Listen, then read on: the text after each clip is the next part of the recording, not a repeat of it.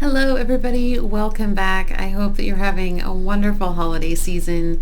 Today, we are taking a break from serious information and taking a look at what Santa's income tax situation could be, assuming that he was in the U.S. The North Pole, to my knowledge, is not part of the United States, but if he was, what would he be looking at for a tax bill? So the U.S. tax system is on income. And so what income, you might say? I did find a link that explained this information. I will include it down below. But it explained that Santa gets all of the money that he needs because he was born into a wealthy family and he has invested funds very wisely over the last 1700 years and has more than enough to keep the workshop running, to feed the reindeer, and to pay the elves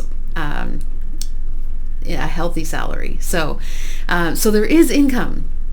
So in thinking about there being income, if that income is coming from investments, then he would be paying tax on that investment income. Capital gains, long-term capital gains, and qualified dividends are taxed at a maximum of 23.8%. Some of that can even be taxed at zero. So depending on how much income he is pulling out of his accounts or pulling into his accounts, that percentage could vary pretty widely.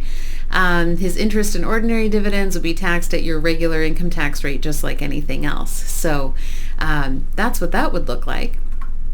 What about deductions? Does he get to deduct his the cost of caring for the reindeer, the cost of the salaries for the elves, the materials? Does he get to deduct any of that? Well, actually, I would venture to say no, actually. So because his income is investment income and not business income, these wouldn't be deductible expenses. If he had a business and was receiving income for creating and distributing toys, then those expenses could be reasonable business expenses. But as he seems to be doing this as a hobby from a tax perspective, these wouldn't be deductible expenses. What about payroll, right? He's paying the elves a reasonable salary, according to the link that I had found. So if he's not a business owner, how does he pay payroll taxes? And in that case, he would pay payroll taxes, I would say, as a household employer, just like you would pay payroll taxes if you had a nanny or another in-home caregiver, an in-home house cleaner or something, not one that works for an agency and is self-employed, but someone who just works for you. So household employers, you pay the payroll taxes alongside your income tax return. It's just an extra schedule with your income tax return, and you still provide a W-2 to those employees. So the elves would still be paying tax on their income as well. What about gift taxes? So Santa's whole being is giving gifts, right? And there are no tax implications to giving gifts like the ones that Santa gives.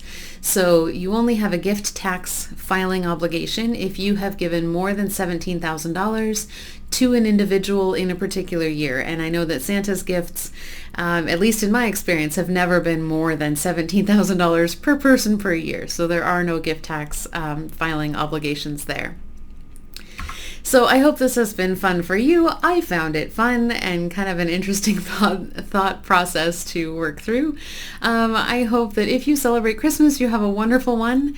And if you celebrate other holidays in this season, that they have been wonderful for you as well, that you've been able to enjoy some time with family and perhaps have a bit of time to recharge. So it was lovely to see you all again this week. I hope you have a wonderful week, and I will see you next week.